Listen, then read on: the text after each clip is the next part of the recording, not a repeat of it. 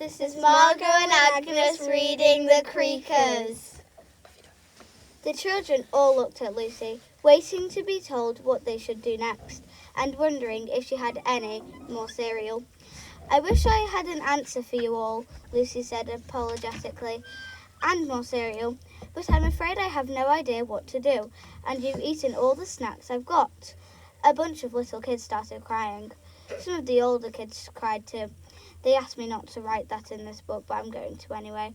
So, you know how bad it was. Wouldn't you cry if there was no more cereal left, especially on the day your mum or dad went missing? Think, Lucy, thought to herself. I'm trying to think, but you keep talking, Lucy thought back. Her mind was quiet for a moment, but all she could think of was how much she wished they taught you at school what to do if you ever woke up and discovered that your mum had disappeared. That would be far more useful than the 6 times tables.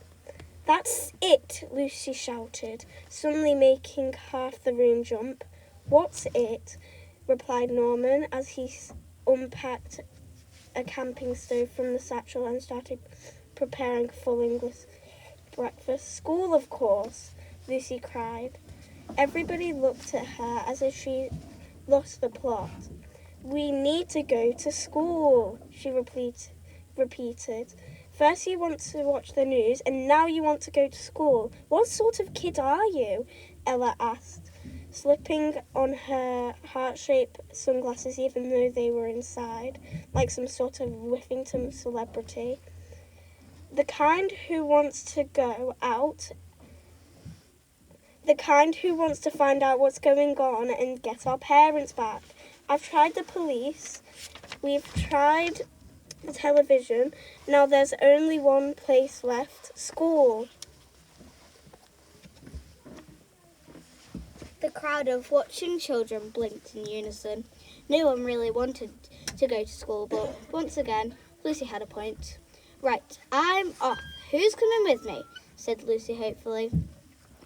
There was a very enthusiastic mumble from the other kids. Yeah, all right. Suppose so. If we have to. Are you sure there's no more cereal? But my eggs aren't poached yet, said Norman, looking at his stopwatch. Lucy ignored them all and climbed over their heads and disappeared out of the room. A few moments later, she bounded back in wearing her school uniform, looking ready for a normal school day.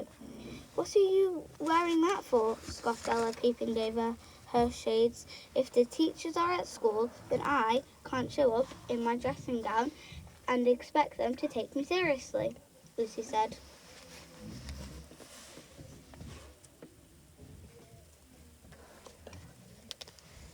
She felt her cheeks flushing hot with embarrassment as the room stared at her.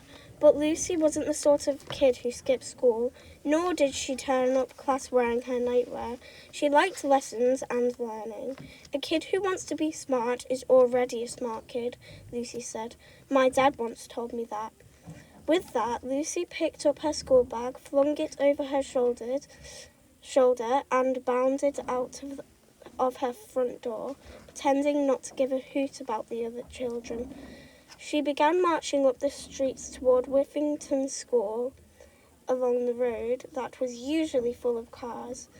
As it was now empty, she decided to walk down the middle of the road. It was an eerie sensation.